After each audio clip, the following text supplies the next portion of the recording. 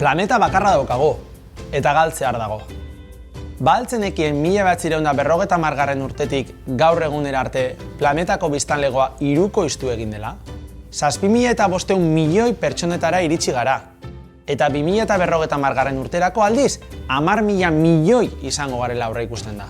Euskal erakundeek aspaldi ekin zioten ingurumen politika gauzatzeari. 1985ean esaterako, Euskal Erkidegoko ibaien 82% kutsatuta zegoen. 2017an aldiz, 156aren egoera ona zen. 1983an, airearen kutsadura maila handia zen hainbat soldanetan. Gaur egun orokorrean, airearen kalitatea ona da.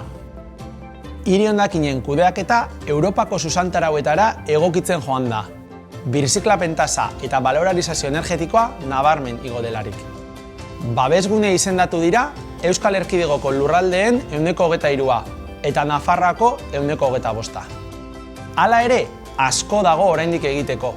Besteak beste, klima aldaketa murrizteko paradigma berri bat lantzea, kutsadura mota guztien murrizpen zorrotza lortzea, ingurumena eta giza osasuna zaintzeko, itsasoa zaintzea, eta bioaniztasunarekiko ardura berezia lantzea.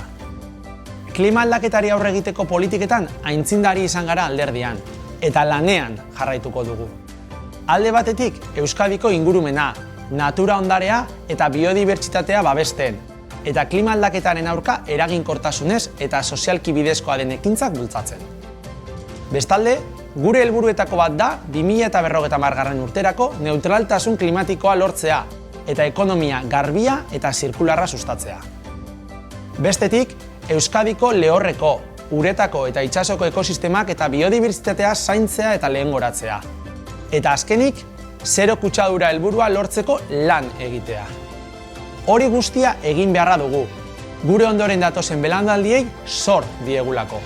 Planeta bakarra baitaukagu, gu guztion eta ondoren etorriko direnen etxe bakarra.